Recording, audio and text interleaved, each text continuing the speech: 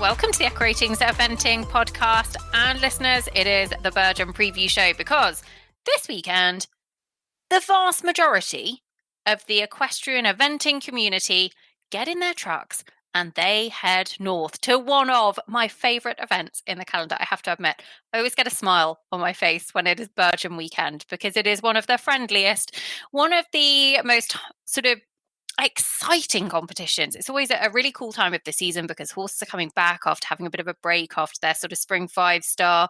You generally get a very good field. It just feels like everything we love about eventing, but actually in a really nice, friendly, relaxed, lovely event. Catherine Austin is with me. She is nodding along in much agreement to what I'm saying because Catherine, I don't think anybody who hasn't been to Burgham quite appreciates just what a nice, friendly place it is. I know, and how much we love it. And it is always the event that reminds us that actually we really like eventing, that we started this for a reason. And while, if you have a career in whatever part of the sport you have a career in, it can get a bit complicated and difficult and high pressured at times. And then we think about Burgham and we take a big breath and we smile. And although we've all got a lot to do, I cannot wait, Nicole. We get, quite a long week in the fresh air of Northumberland. And I get to see some horses again, which, again, you need to go eventing to actually realise you like eventing still. It comes at that time of year now, doesn't it? End of July, whereby we're sort of well in the thick of it. Everybody's quite shattered and they're sort of soldiering on. And this is probably the riders as well, to be fair. And everybody's just kind of on the hamster wheel that is the eventing season. And you kind of get to Burgham and you just do go, oh, this is okay. We're all right. We love it. Nice nice horses, nice place. Yeah, 100%. I would say one of the things that can always be guaranteed at Burgham, listeners, guaranteed. Doesn't matter when you go. It doesn't matter. You get all 4 seasons. You can have glorious sunshine. You can have fresh spring weather. You can have autumnal gales, and then you can just have downright filthy wet winter weather. Just guaranteed over the 4 days. Sometimes all in one day. All 4. Every time. This is true. It is wellies and sun cream, definitely.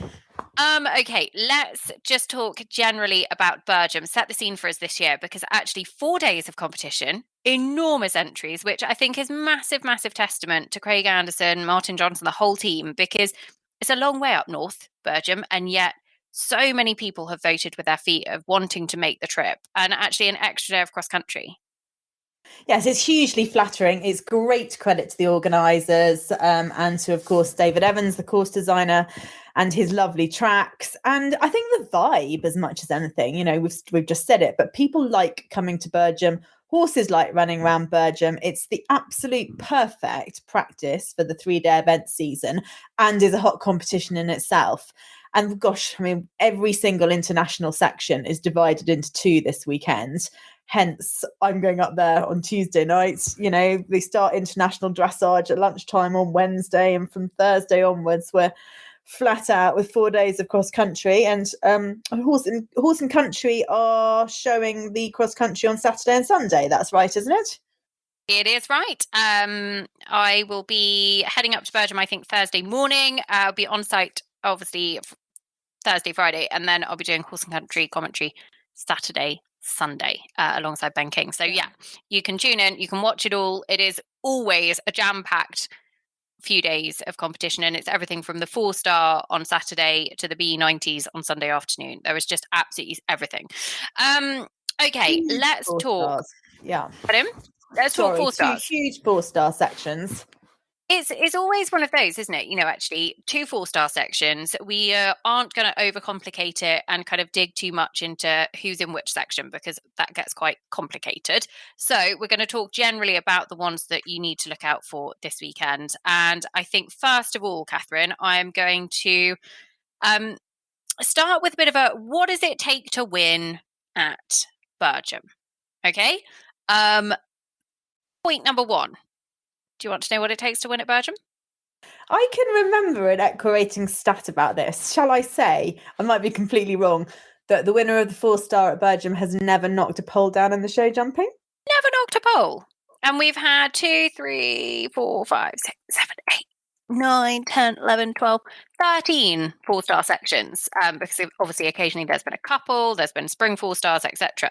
And the winner has never knocked a pole. Quite often, there's show jumping time penalties that are mixed in. That's not out of the question at Burgham, and I'm going to talk about that in a second, because I remember commentating on the show jumping very early on the Saturday morning. I think it was last year. And the first couple of riders to go, because they generally speaking have more than one horse in the class, I think were Oliver Townend, Izzy Taylor, and maybe one other rider. I can't remember who it was now. And they came in and they basically jumped it like a jump off, because then the time looked so straightforward that the ground jury came in and was like, oh, the time's too lenient, let's tighten it up. And everybody else was like, oh my God, lulled them into a false sense of security. But it is a tough time at Burgham in the four-star short show jumping. However, you've got to jump clear. There are too many good horses that don't allow you to have the luxury of knocking a pole. The other thing that helps to win the four-star at Burgham is if you're called Oliver Townend. Yeah. How many times has he won it? 5 from 13. So, I mean, he's almost at a 50% strike rate. He's been second a good number of other occasions as well, and third probably as well. Do you want a pop quiz, Catherine? Which horses has Oliver Townend won the four-star short on at Burgham? I'll give you a clue. One of them we're going to see this weekend. Well, definitely Ballamore Class. Probably twice. Yes. Correct, yeah. Definitely Swallow Springs. Yes. So Ballamore Class won it in 2020 and 2018. Swallow Springs won it in 2022.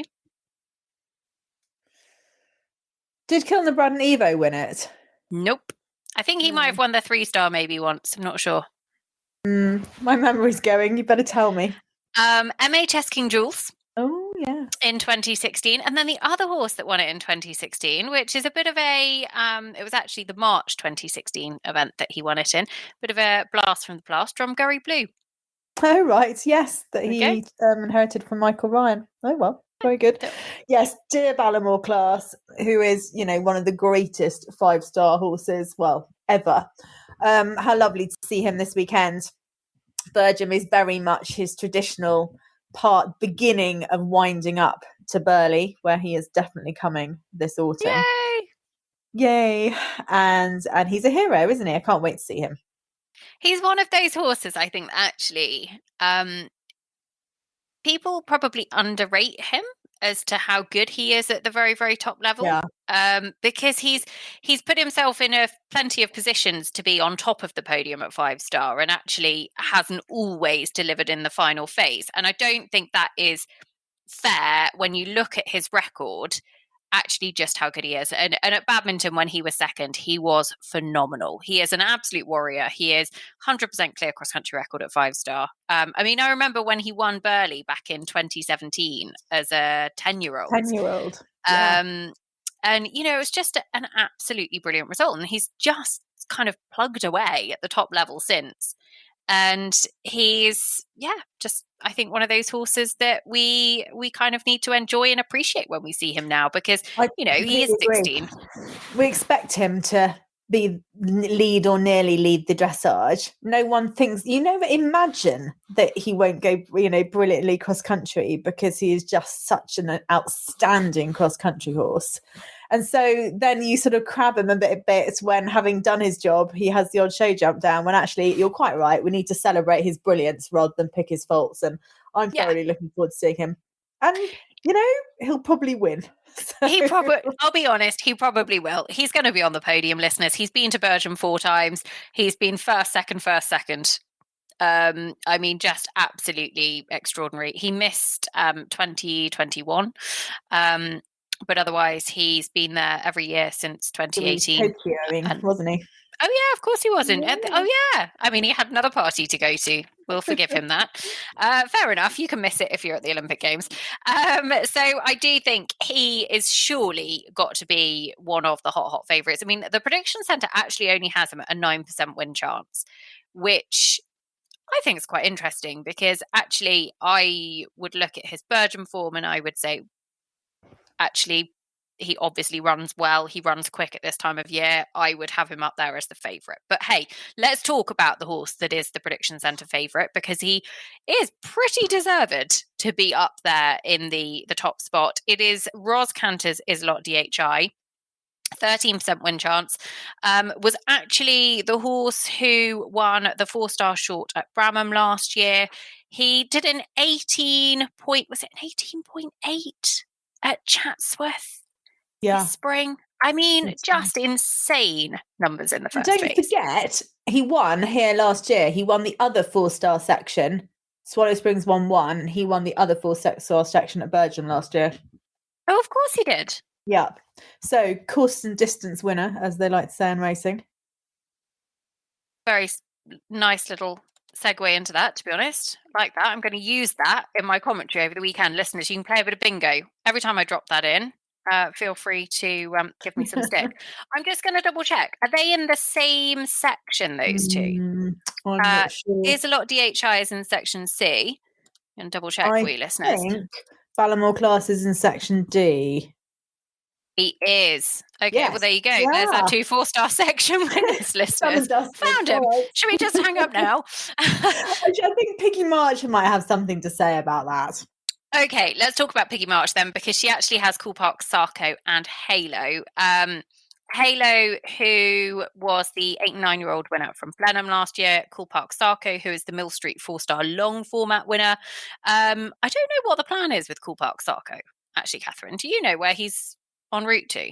No, I don't, but maybe Blenheim, or I actually have no idea, but will she want to do another 4-star long on him? Well, he's qualified for 5-star with her now, because they ran really well at Mill maybe Street. Poe. I would doubt she'll bring him to Burley.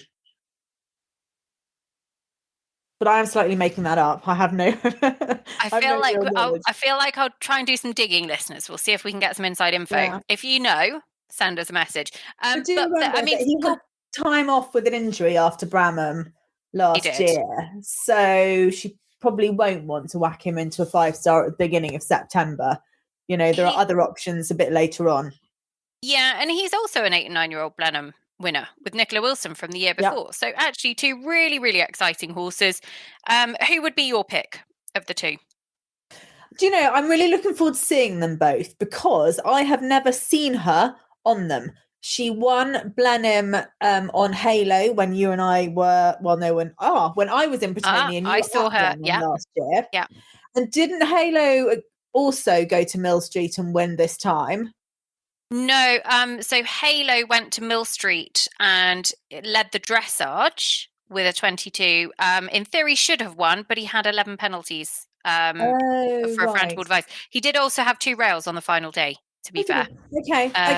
Well, I haven't seen her on either of them. I've seen them at home, but I haven't seen her in competition on either of them, so I shall look forward to seeing them. I do know that she thinks that Little Halo is super cool, and she has described him as a Paris horse.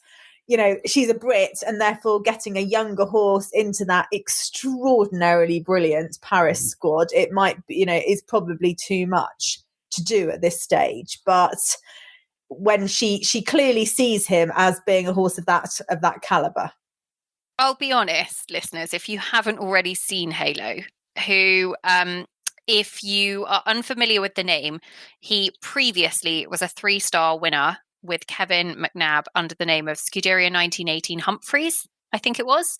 And then his name changed to Halo. He's owned by Jane McGiven, isn't it? Who used to own Quarry Crest Echo, who was her World Championship horse from Tryon in 2018.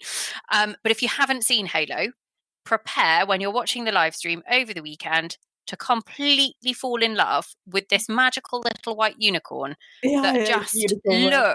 I mean, he just. Catherine literally cringed, listeners, when I said that. But he's he is. He's cute. He's just so pocket-sized, but perfectly formed, has a lovely expression on his face all the time, bags of character, Snow White. I mean, Amy Phillips and the whole team at Piggy's Yard do an amazing job anyway, but they really do with him. He's just super, super cool. But as to which of them is going to be, the better horse at the top level, I'm not sure she's ridden either of them for long enough yet, really, for us to know that. We'll see. Watch this space. Exciting horses coming through for her. Who else have we got? Izzy Taylor. Wow. Monkeying around. Monkeying around, who the year that, they were in Tokyo and you and I and Izzy were at Burgham, he won the 4-star short at Burgham, which was also the national championships that year.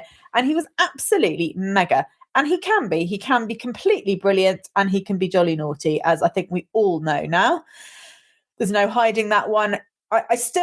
He could still win. I'd never trust him. You can't at this stage, but they are more than capable at winning at any level that they fancy if he fancies it.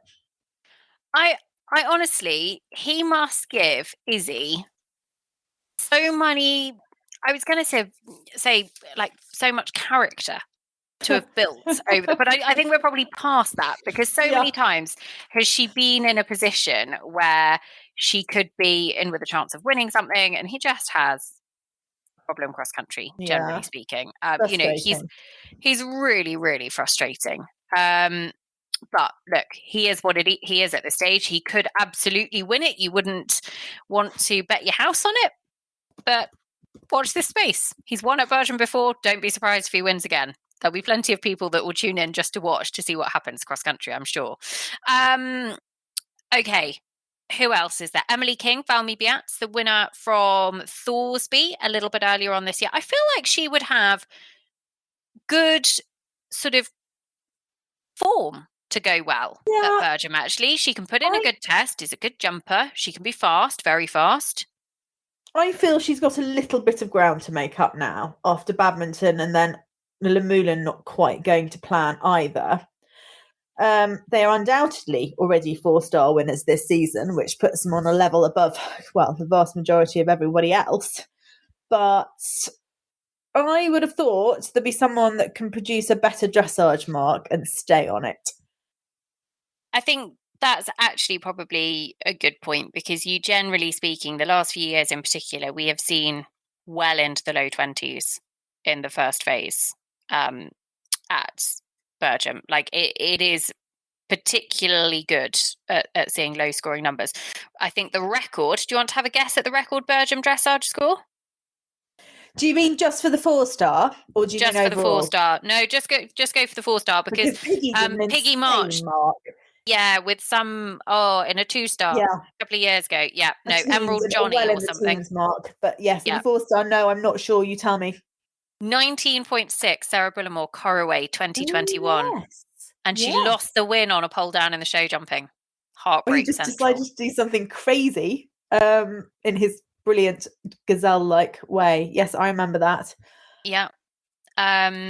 Okay, so who else have we got? I have to say, massive shout out to Selena Milnes, who has not only Iron the Fourth, who absolutely stands a good chance, but also Cooley Snapchat, who was brilliant at Bramham to take the 4-star there.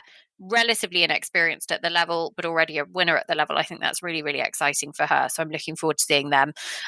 Izzy also has SBH Big Wall, who, Catherine, I think is a horse that we've probably been kind of watching coming up the levels. And it's exciting that we finally get to see him at a 4-star.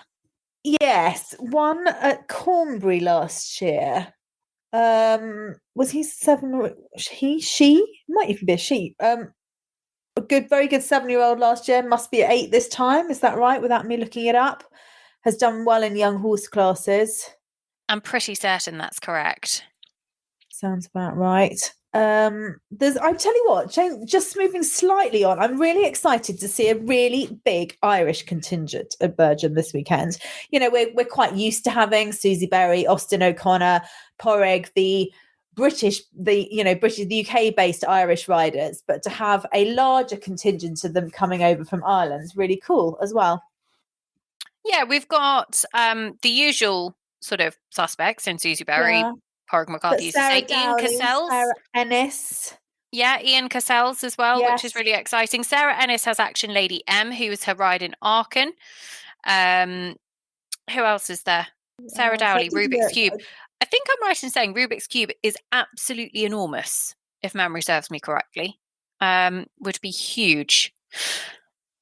Okay, right. Kitty King. Let's talk about her for just a second. Irano M, former Nicola Wilson ride. She's been sort of aiming to step the horse up to 4-star this year and has needed a few qualification runs because obviously a new ride for her and then everything got cancelled. So it feels like this has been a moment that I'm sure the King team have been waiting for, because this is a really, really cool addition to her string. Yes, I shall miss seeing Kitty on Monjadi Biat's Froggy, because he's been an absolute Burgham stalwart over the years. And we do miss the European horses this time. And I would expect all 6 of the British horses going to the Europeans to be running at Burgham if it wasn't, so close to the event. But I think Froggy is a former Burgham winner. Kitty certainly knows what it takes to go very well at Burgham. It's an event that she likes being at. So yes, Arano M will be really exciting to watch. And again, I haven't seen her on the horse, so it'll be very interesting for me as well.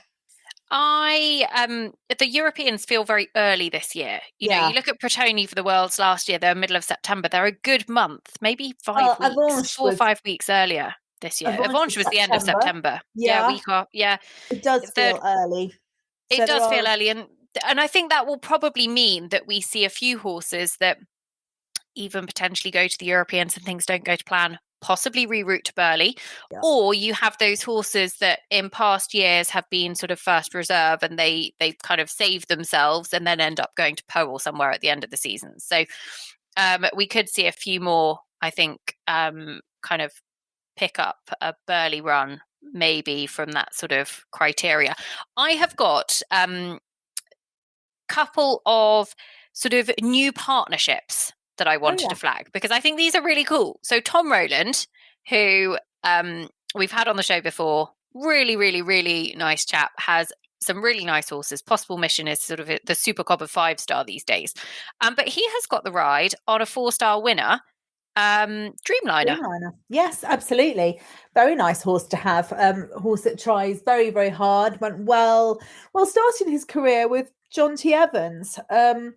And did extremely well with Oliver Townend, and went 5-star with him, and is now having a very happy time. Obviously owned and bred by the Chamberlain family who have been such great supporters of eventing. Having a happy time with Tom.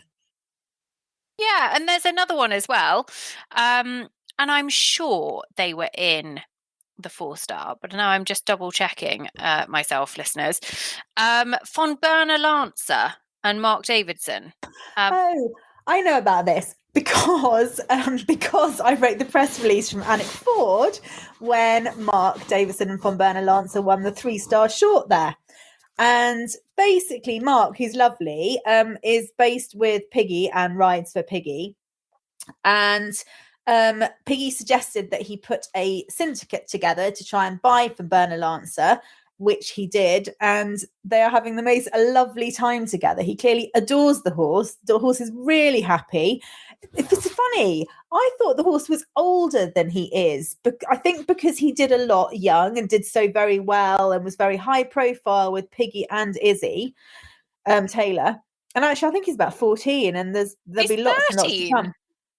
13. There you go. Yeah, exactly. And they've crazy, isn't it? They had one international run together, and they won it. Good, tall horse, and Mark is a long-legged chap, and he spoke so well about the horse when I spoke to him after Alnwick Ford, and yes, it'll be a real joy to see them here together, and it's really nice for a rider who is coming up through the levels, a talented rider who's coming up through the levels, to get a horse that will help him come up through the levels, which is increasingly difficult these days, as we know. It is. It really is. And listeners, you'll be delighted to know that Mark is on the hit list of coming on the podcast as a guest. He has agreed to it in principle. I might even pin him down at Burgham and get the show recorded, listeners. So we'll have him on the show. We'll pick his brains on. He's got a few other nice horses, actually, that have been sort of new additions to his string. He's got a really nice new ride from Kate Walls in Bloomfield Manuscript, who I think was on the podium, actually, in the 2-star at Alnwick Ford, and then went on to Aston Walls and just won an intermediate section there, I think, or went very well in an intermediate section, was placed, certainly. So there's a couple of horses there that I think are perhaps less new partnerships, less familiar with one another. There's another Oliver Townend ride, actually. I don't want to gloss over them because they could just go and win, to be honest. I Tregilder. don't want to. Tregilder, yeah. I mean, winner at the level Early bound previously. as well. So, yeah. Laura Collett has Hester, who's a really smart grey horse. Laura. Yeah, and actually Hester's been off with injury for a little while. Haven't seen a huge amount of her, but a really, really smart horse.